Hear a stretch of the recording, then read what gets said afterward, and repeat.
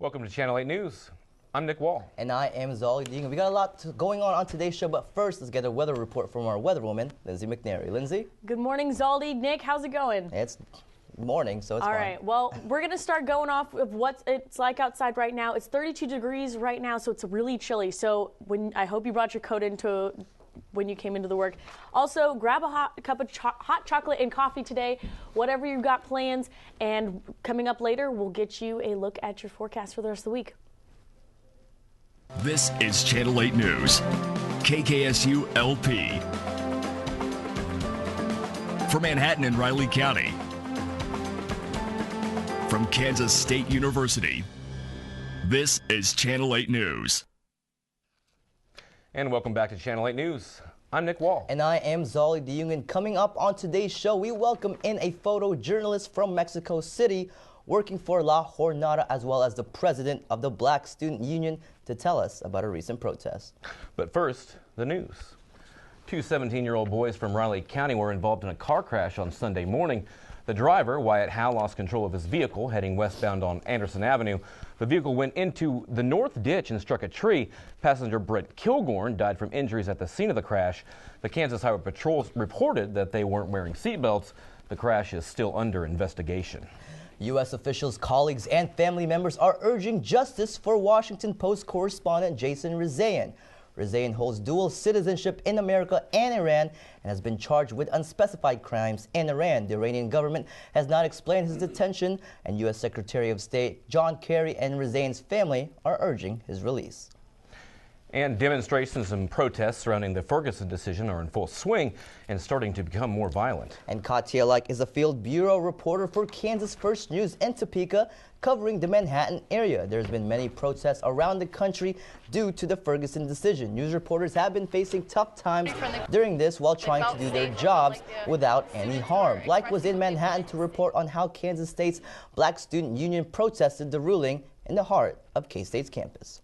I think that if I was a reporter in a place that was unsafe or that might put me at risk, I still would do my reporting job. I would have to weigh the pros and the cons of what might happen, but it's more of being aware of your surroundings, who you're interacting with. But at the end of the day, it's my job, and it's what's needed for me to get the message out of what's going on in the community. With violent protests happening all over the United States after the grand jury did not indict Officer Wilson for shooting Michael Brown in Ferguson, Missouri. Channel 8 reporter Blake Pickett was at the K-State Student Union last week to capture the protest by its students. That's right, Zaldi. The Black Student Union voiced a powerful message, not only with their voices, but also with their bodies. When do we want it? Now! When do we want justice? When do we want it? Now! Hands up, don't shoot was the slogan during a protest for the Michael Brown, Darren Wilson case at the Student Union. Brown was laying in the street dead, cold, after getting shot and killed. Kansas State's Black Student Union led the gathering of many students and faculty who disagreed with the outcome of the Ferguson indictment. The grand jury did not indict the white police officer who shot and killed Michael Brown, and the protesters showed their disagreement by laying on the floor for 4.5 minutes, symbolizing Michael Brown laying on the ground for 4.5 hours. We were not happy with the decision that was made on the Michael Brown case. We can't do this alone. It can't just be a black versus white thing. We want to bring everyone together. Along with the protest, Black Student Union President Justice Davis told several similar stories to shine a light on why this case shouldn't be ignored. Downstairs, I was reading off not only Michael Brown's story, but other black victims who we felt unjustly killed by law enforcement. And so this was just not only spread awareness, but demand justice in our community and hope everybody else follows suit. With demonstrations becoming more violent, one Ferguson native is watching home very closely. It makes us look very bad. Like, it makes us look like we're all criminals. It makes us look like we're all bad people. It makes us look like we're all thugs, in which we're really not. Like, this that happened in my community in Ferguson is a tragedy. It was a powerful message sent by students, and I'm glad I was able to witness it firsthand. Definite courage of conviction. Thanks, Blake. We now welcome in Channel 8 reporter Willie Evans and Justice Davis, president of the Black Student Union, to talk about the protest. Willie? Thanks, Nick and Zaldi. I'm joined by Justice Davis here. Now, Justice, I wanted to ask you, what role did the media play in the local protests? I think the media played a very crucial role in getting our story and perspective across to people because they only see what the media shows, right? So it's really important for the media to get our perspective on things and why we're out there and how we are creating awareness. Now, were you happy with the media presence here locally in Manhattan? Locally in Manhattan, I was. I can say that the reporters were getting everyone's perspective and the truth out to the community. Now, I can't say the rest about other cities, but in Manhattan, I can say that the journalists and media were doing the job. All right, so you don't really know the true story nationally, but from what you've seen on the news, how do you think that the presentation by the media has been overall nationwide? Nationwide, I think the media focused a lot on the violent protests when mostly the protests were peaceful. And so I felt like the media, people got that image that a lot of the protesters were very violent and they were looting and ignorant and didn't really know what they were doing. But what they didn't show you were the peaceful ones, and there's a lot of peaceful ones, a lot more peaceful ones than there are violent ones. Now, were you happy with the protests overall here in Manhattan? In Manhattan, I was. I feel like we've touched a lot of people and got conversation and discussions going around so we can address the issues that were happening on our campus specifically, and then how it affects us, the nation affects us, all the issues that's going on nationwide. So I was very happy with the outcome for the protests. Right, well, thank you very much for joining us, Justice. Back to you, Nick and Zaldi. Pressing stuff. Thank you. Down in Mexico, there also have been a lot of protests circulating in that nation. And the reason behind these protests is because in late September, 43 college students went missing. They were on their way to protest against the local government in Iguala, Mexico. Local Mexican municipal police, who were working in collusion with a local drug cartel, were ordered by the local government to ambush the students and hand them over to drug cartels. They found 2 dead and the rest are still unaccounted for. Mexican journalists are still covering these stories, and the protests are around the missing students. They are now being targeted by powerful drug cartels and local government for focusing on the issue and influencing their storytelling. Joining us now in the control room in the Channel 8 News reporter Daniela Martinez-Serrano for an exclusive inside look into the new threats posed to journalists covering events worldwide. Daniela?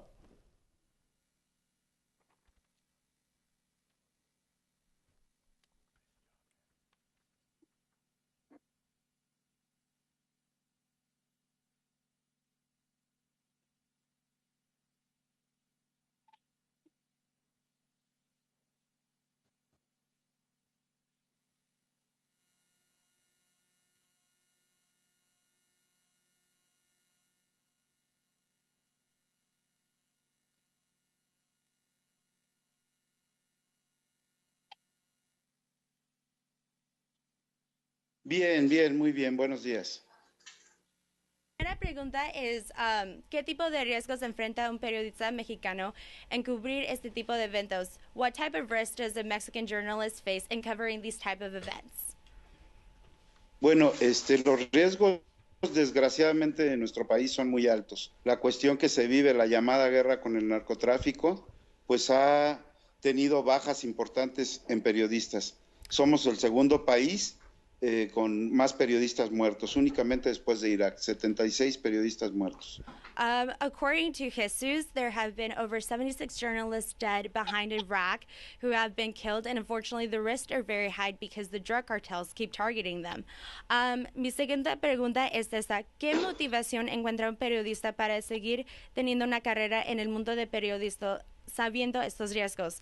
The question is, why be a journalist in such a risky country where, your life is constantly being targeted?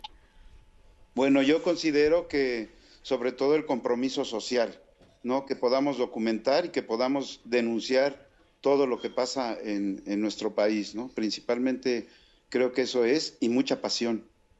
Okay, according to Jesus, it is the relationship, a social relationship between your people and others. You have to show the story, and also you have to make sure, that you feed people what they deserve and make sure that they are covering these events. Mi tercera pregunta es ¿por qué hay tanta desconfianza entre el pueblo mexicano y la policía mexicana y el gobierno mexicano? Why is there a lack of trust between Mexican people and the Mexican local government and Mexican police? Bueno, principalmente es por la corrupción. Estos últimos tiempos pues se ha detonado aún más agudo la relación del narcotráfico con la política, ¿no? Ahora se les llama, en varios municipios o estados del país, se les llama los narcogobiernos, ¿no? Esto ha detonado gran violencia y sobre todo impunidad. Ese es el gran descontento del pueblo mexicano, la impunidad que estamos viviendo. Okay, according to Jesus, the reason behind this relationship is because there's a lot of corruption behind the Mexican government who is working in coalition with drug cartels, and it is the impotence that the Mexican government has to pay respect and provide security for its Mexican citizens. Thank you, Jesus, for joining us, who is joining us from La Jornada, and also thank you to Subversiones, Agencia Autónoma de Comunicación, for providing footage for Channel 8 News. Zaldi and Nick, back to you guys. And thank you, Danielle. We will be covering this issue as things develop.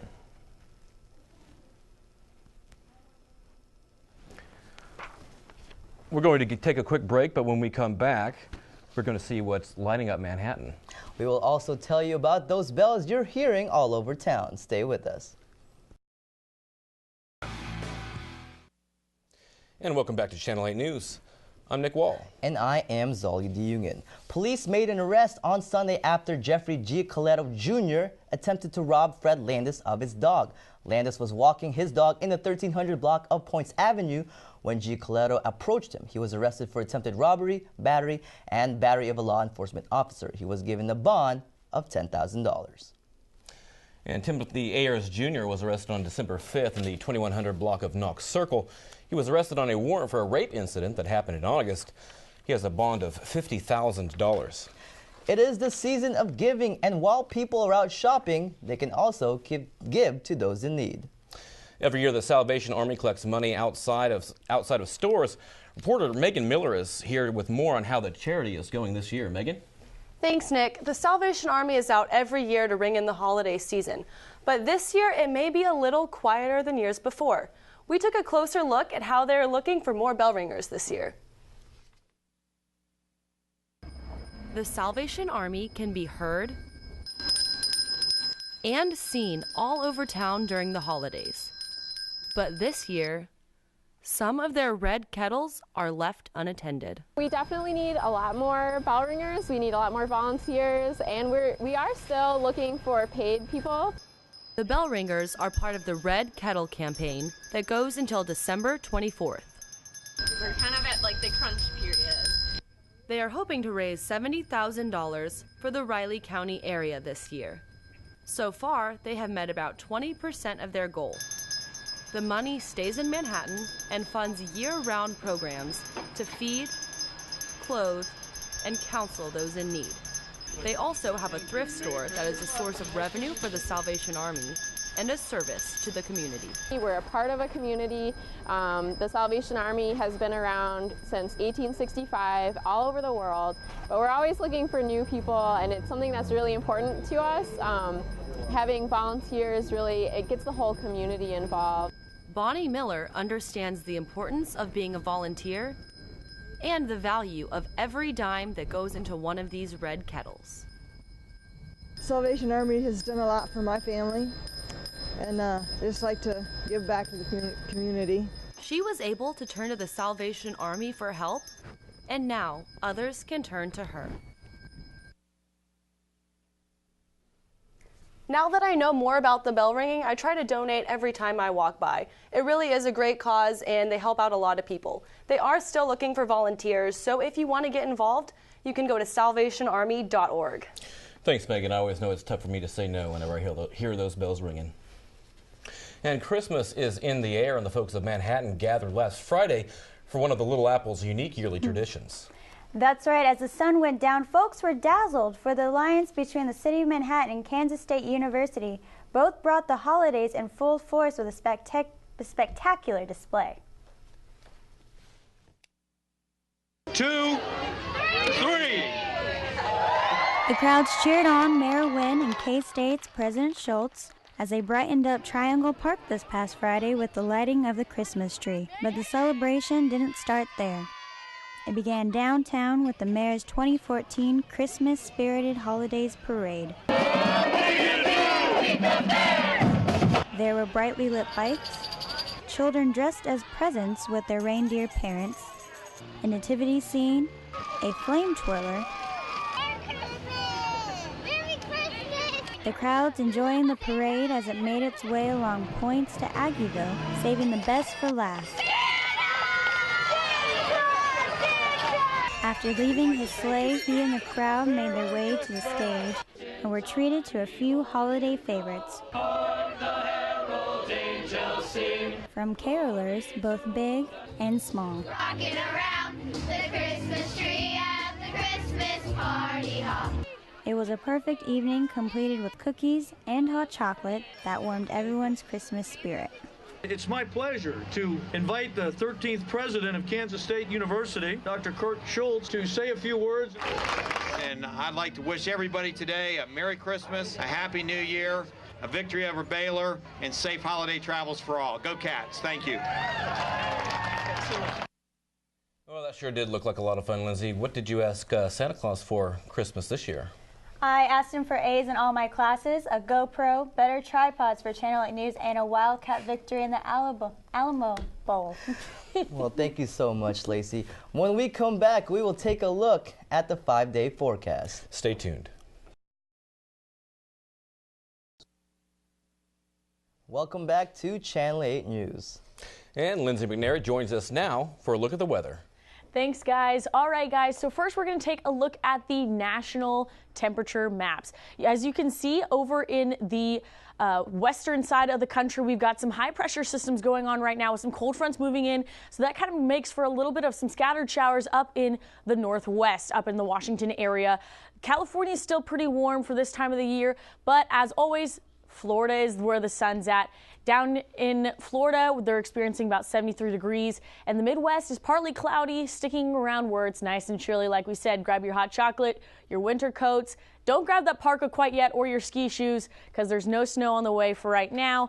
But let's keep moving on with the national temperatures. All right, so as I said earlier, we've got most of the Midwest being partly cloudy. We've got some rain showers up in towards the Washington area in the northwest of the country, and a visit from Jack Frost for those over in the northeast. Now moving on to the Kansas map, we'll see that the northeastern side of Kansas is the only side of the state that has cloudless skies. However, we've got a little bit of fog going on throughout the rest of the state, and so that kind of makes it for a little bit of a dreary day. But don't be worried because it does get better. Moving on to the 5-day forecast.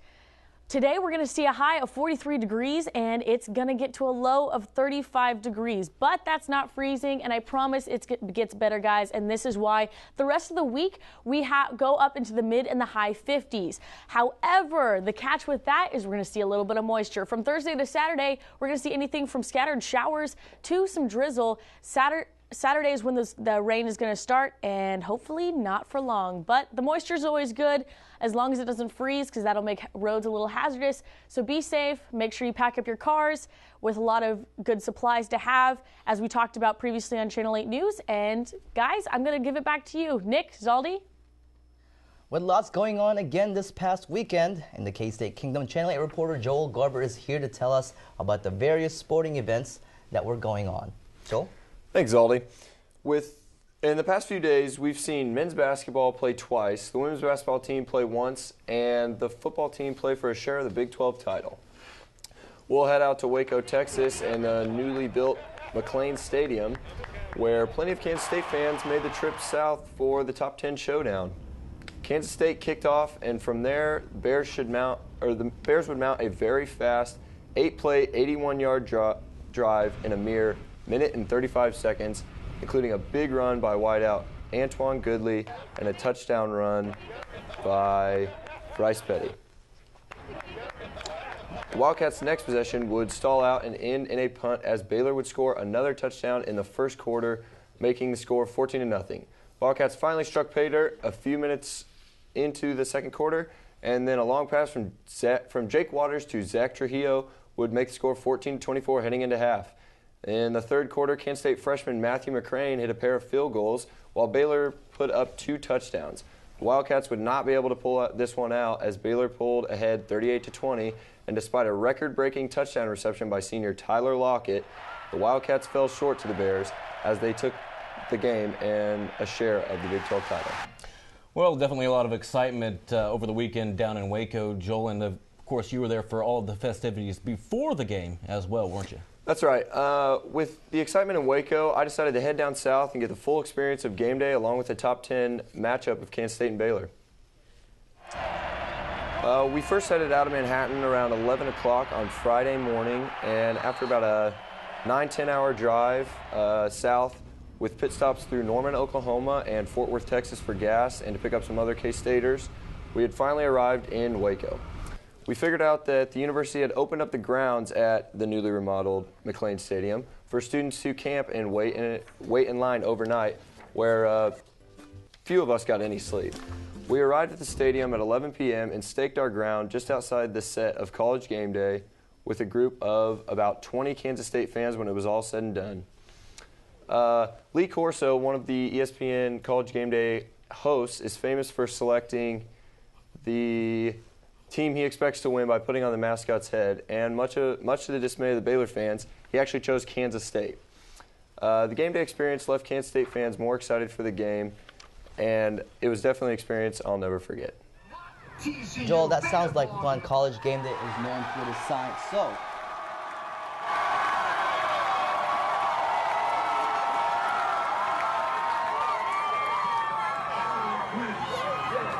I want people that want to win.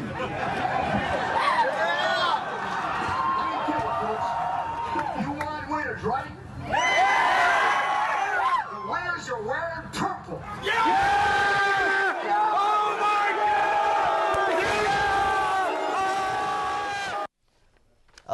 it's a good thing Corso picked the Wildcats, even though the Wildcats were not able to pull out the win. But that did look like fun. So College Game Day is known for the signs. What exactly did you see? Well, my favorite sign was one that a Baylor fan had made that said, "What doesn't kill you makes you stronger, except for bears. Bears will kill you." That's true, they do. Which, of course, you know, is pretty true.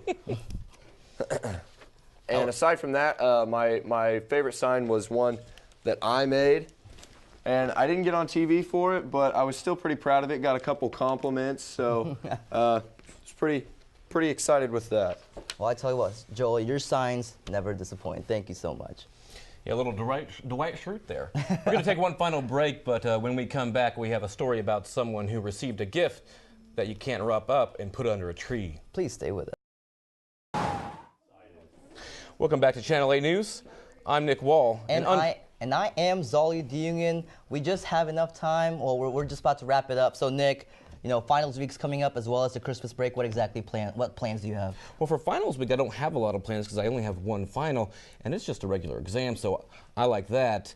And over the break, what I really want to do is relax. Absolutely. It'll be really nice to have this 1 month break where you can do absolutely nothing and just sleep. What I see, I actually don't have any finals either. So I'm actually done after this, and then for Christmas break, I'm trying to go to the Alamo Bowl. I don't know if anyone else is trying to go, but if you have time, definitely try to go to the Alamo Bowl because we definitely need some supporters.